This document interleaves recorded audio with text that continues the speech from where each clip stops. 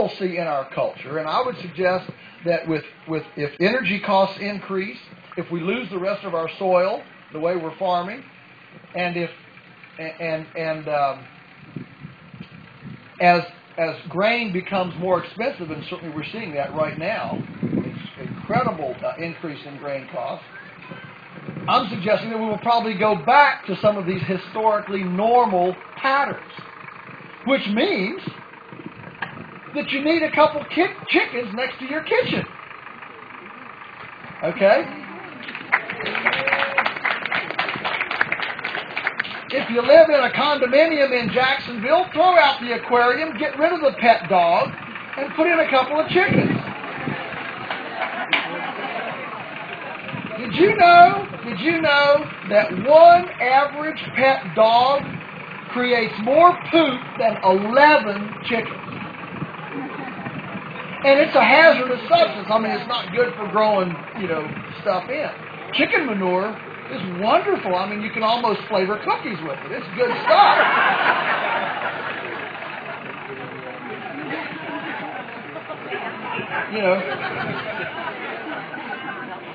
Get rid of the parakeet cage.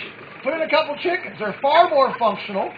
We think that we're becoming very green and ecological. When we separate our compostable kitchen scraps, put them in a separate place where the garbage crew can pick it up, put on a diesel truck, and take it 10 miles out of town to a composting facility so it can be re-imported to put around our little roses and ornamental plants.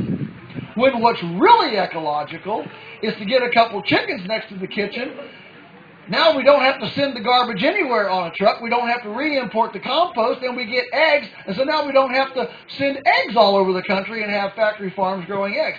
That's the way to integrate. What we have fundamentally done is, in our food system, is we have segregated our food system. So the pig confinement houses are over here, and Parrish thought that anybody would live around them, and Tyson chicken houses are over here, and the grain is produced over here, and the manure is taken over here, and the people live over here. And what this does is ensure that every calorie of food in America floats on 15 calories of energy. And just 70 years ago, that ratio was only 1 calorie of food, and it only took a quarter calorie of energy to produce it. Food is supposed to be solar driven. And it's supposed to be embedded near where we live. Why is it that we've come up with this deal about, farming is a terrible thing? And we've got the superintendent of Montgomery County, Maryland, saying no school in Montgomery County, Maryland can have a garden next to it because gardens spread vermin and pathogenicity.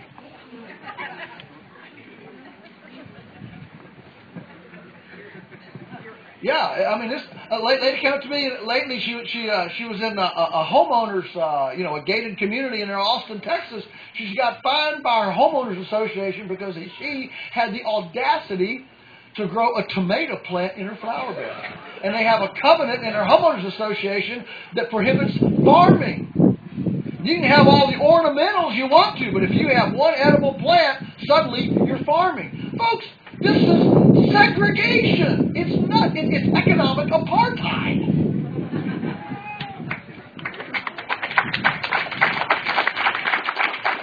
And it's totally abnormal. We've got 35 million acres of lawn in the U.S. 35 million acres of lawn. We've got 36 million acres housing and feeding recreational horses. That's 71 million acres. And I haven't even touched golf courses yet. That's enough land to feed the whole country without a single farm. So normalcy is an integrated food system, an embedded, visible, transparent, short chain of custody food system. And that takes less energy. It allows for less opaqueness and stimulates greater relationships. And it is that visceral understanding. You know, today we're so agriculturally and food illiterate, it's unbelievable. You know, 30 years ago, you couldn't go to the supermarket and buy boneless, skinless breast. You couldn't.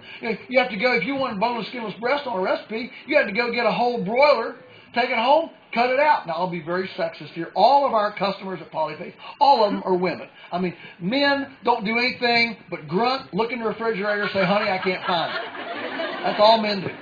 So all of our customers are women, in total deference to the wonderful chefs here. Okay. Well, 30 years ago, all of them knew how to cut up a chicken. Today, half of them don't even know a chicken has bones. I mean, they think there's all these, boneless, skinless breasts, kind of flopping around. Like, what tree do you pick those off of? I mean, that's the mentality. I mean, you go to farmers markets, you got your little, flip picture book there, for people to, enjoy your little farm pictures, you got little warm and fuzzies and stuff. So, here's the mom with her, 6-year-old daughter, and they're flipping through, and they see the cow, a cow that has horns. See, here's the bull. He's got horns. You got to stop, beg your pardon, ma'am, but, the horns don't make him horny. It's what's between the legs that make him horny. See, you got to explain these things. They come out and look at the chickens and say, where are the roosters? Well, we don't need roosters for eggs. You don't? No! Our women are just like any other one. They lay eggs out there. They don't hatch very well without a rooster, but they lay them all the time. When I was writing this book, my book developer from New York, she says, you're using hay and straw like they're different substances. What's the difference? Hay and straw, we think that we're so smart, and what's happened is that we have completely altered our understanding of the pleasure of visceral relationships with food. I mean, why is it that planting a tomato seed and watching it sprout into a tomato and then picking this wonderful, succulent, juicy, sweet tomato off and eating it, I mean, you don't have to wash it, right? I mean, you can just go to the garden or your patio, pot, whatever, and you just pick it and you just eat it. I mean, it doesn't have to have cellophane, it doesn't have to have a UPC code on it, it doesn't have to be dinged through a cash register. I mean, you just eat it and it's just marvelous. Why is that less pleasurable than being the top points getter on Angry Birds?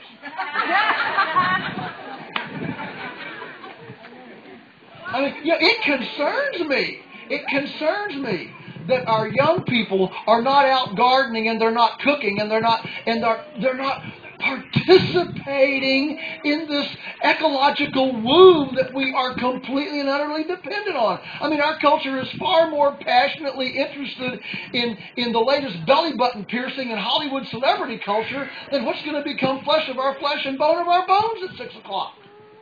And the fact is, you cannot have a food system with integrity when you have this level of profound disinterest and disconnection in it. The only way to have an integrity food system, when I say integrity, I mean integrity to the earthworms, integrity to the air, the soil, the water, integrity to the nutrition of it, integrity to the taste, integrity to the texture, integrity to the economics of it.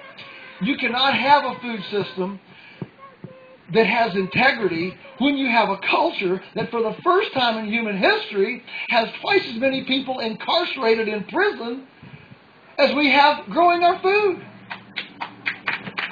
We've never had that before. And we've got this mentality in our culture that if you're an A or B student, you go off to town and get this engineering, lawyer, doctoring job. Why is it that if you have a lot of smarts, your goal is to jump out of bed in the morning, gulp down a Pop-Tart and some Cheerios, jump in your car, and fight gridlock, expressway rage, 60 minutes to a Dilbert cubicle to work for a Fortune 500 globalist agenda, and then try to fight the traffic home in the evening to die dead tired and eat. Why? That's supposed to take way more brains than I could get up and walk out, and I get to make all these beings dance and happy, and they're glad to see me, and I'm the one that's stupid?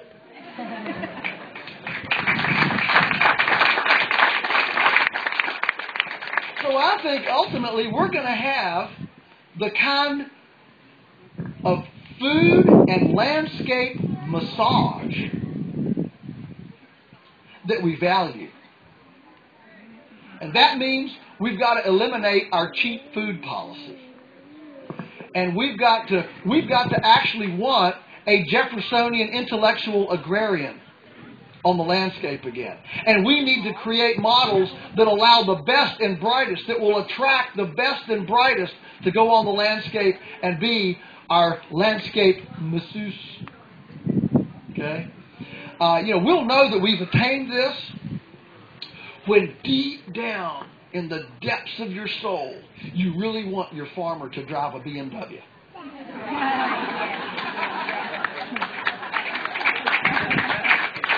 We'll know we're getting there when the next time you go to a soccer game and all the soccer moms are out, sticking out their chests and strutting their stuff and talking about their little child prodigies, and my little Johnny and my little Mary and my little Toby and my little, whatever. And one of them has the audacity to proudly tell the other moms, well, my Luke is going to be a farmer. And all the other soccer moms stop and say, wow, cool, awesome. That's when we'll know that we're starting to put integrity and innovation and creativity back in our food system.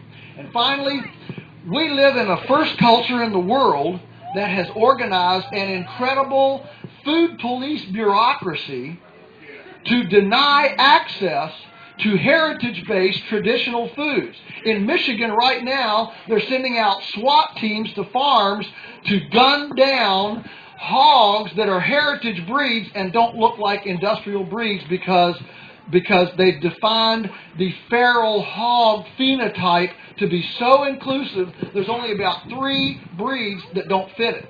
And so now they're killing all the heritage breeds pigs on the farms in Michigan, and they're not even compensating the farmers. These are pigs just like these, but they don't fit the very narrow phenotype. We've got a country that has decided to erect these thousands and thousands of food police and the Food Modernization Act that actually think that it's perfectly safe to feed your kids Twinkies, Cocoa Puffs, and Mountain Dew. But that raw milk, compost-grown tomatoes, Aunt Matilda's homemade pickles, and pastured chicken, that's a hazardous substance. And so what we have these supermarkets that are essentially rearrangements of soybeans and corn. It's not Bounty. You get Dolly Madison's home journal, for example, her recipe book for James Madison's wife. This is back a little ways. Okay. And you read what she had in her larder.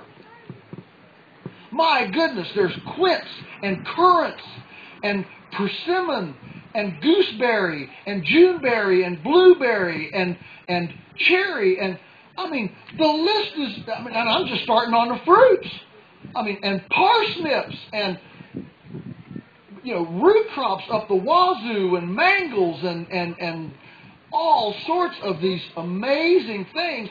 Her dietary diversity was 10 times what our dietary diversity is today. Because today, all we get to pick for is the difference between Toll House and Nabisco. And we think that we've got a bunch of variety and choice. The truth is we have very little choice. And we desperately need to open up from food police regulations the opportunity for locally based entrepreneurial culinary expertise and farm expertise and innovation to access our communities with these wonderful foods, from artisanal cheese to homemade quiche to homemade egg noodles from the little pullet eggs that are so hard to sell in the spring to pickles, to all these sorts of things without so that you and I can do business together without a whole host of bureaucracy and 5 licenses and $500,000 worth of infrastructure in between what has been historically a neighborhood transaction.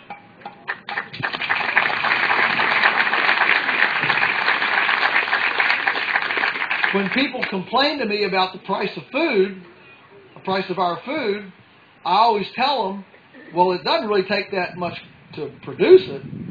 The cost is in the non-scalable food regulations that get between us and you. Right now, our bacon is $10 a pound. $10 a pound. Why? Well, because it's illegal to smoke it. I mean, Virginia's known for pork, right? I mean, that's what we did all the time was cure pork. You know, you ever wonder why Virginia became the pork capital of the world? Well, at least of the North America. The reason was not because pigs like Virginia more, and it's not because Virginia farmers like pigs more.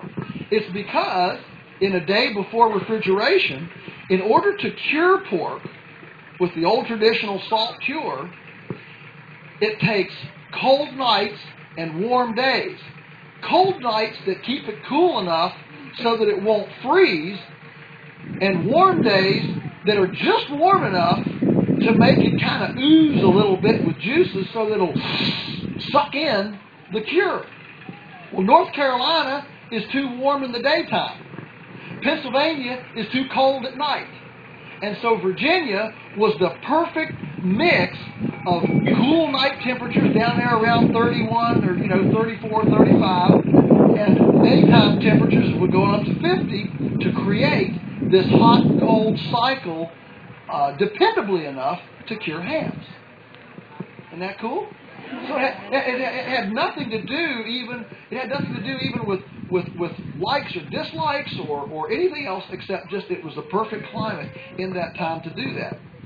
And those kinds of traditional moorings have defined community and culture and neighbor economies and food cultures until now. And now suddenly you go to a franchise restaurant in St. Augustine and the same franchise restaurant in San Francisco, and it's the same stuff. I mean, I've heard that fast food hamburgers have pieces of 1,000 animals in them. There's that much consolidation and amalgamation. When you get one of our hamburgers, it comes from one animal. And so there's always going to be a nuance, a little taste, a little structure, a little specialness. Okay? And it's understanding those specialnesses that creates this visceral connection, respect, and honor to this community of beings that we're in charge of. And so, I would suggest that I would challenge us that as we move into the future, we're not going to go in, back to, hoop skirts and ringer washers and Dutch oven cooking, even though all of that has a bit of, not the ringer washer, no. Hoop skirt, not much either. Wouldn't you have thought that those women, the number one cause of death among females in the world was burning until, modern electricity? Wouldn't you think some of those women would have figured out, I'm just going to get rid of this stupid hoop skirt? Because that's what burned up all the time. They push around and the fire catches it, and whoo, there goes mama up in flames,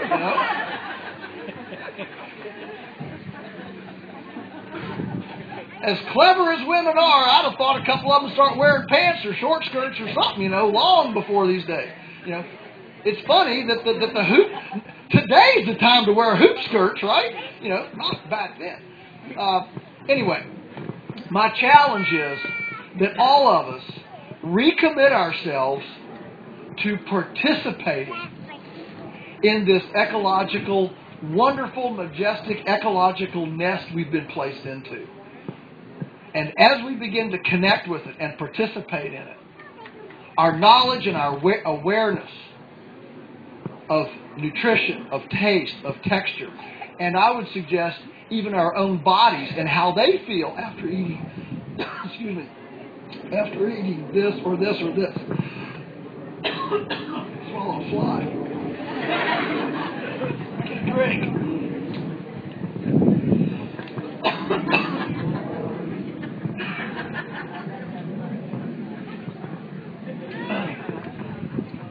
That fly wanted me to participate a little more. Yeah, extra protein. Well, at least here I know he didn't get, he wasn't full of atrazine. But as we participate in that, we will become much more skillful and knowledgeable, and I would suggest start deriving historically normal pleasure from the things that used to glue cultures, communities, and neighborhoods together. Can we do that? Good. All right. Thank you very much for letting me do that.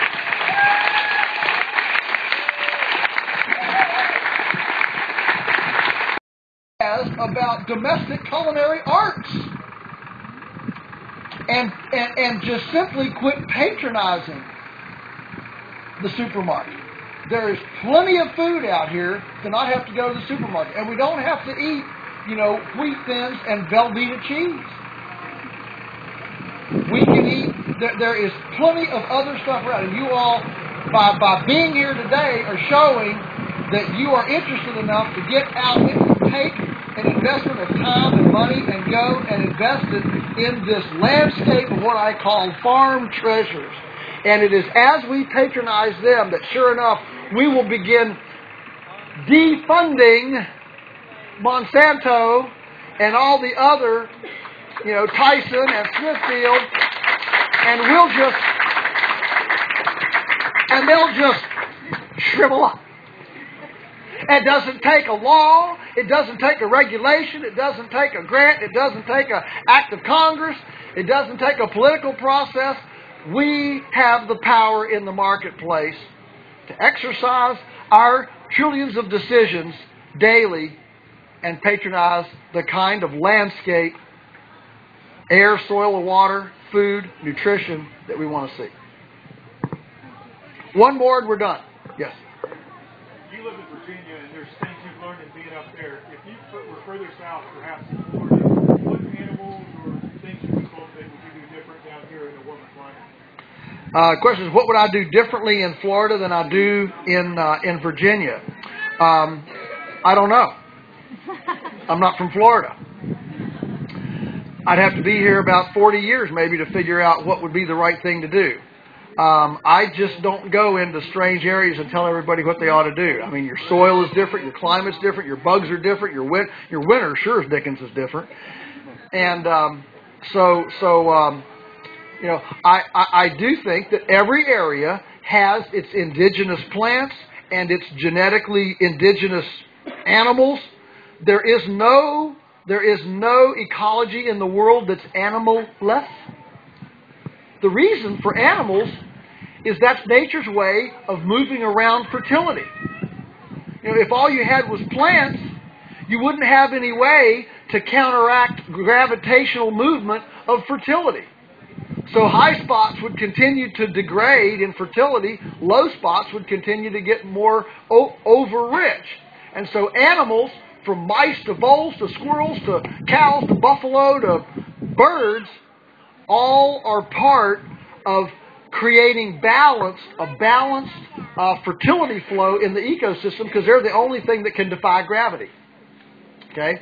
But as far as which species are right and which ones aren't, I can tell you there are plenty of them available. I don't know what they are, but there are certainly very smart people in Florida that can figure that out.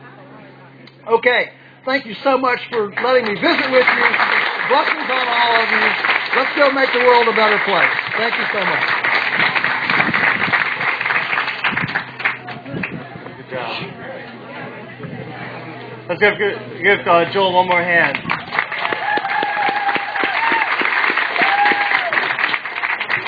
We got plenty more things to do out here today. We're going to have a farm tour at 2 o'clock. You're welcome to do that. We're going to probably meet up here somewhere. We'll come around and let everyone know. And it's a reminder that we'll be doing that. It'll be with us in the farm team to go into the hog pen, and you can answer questions.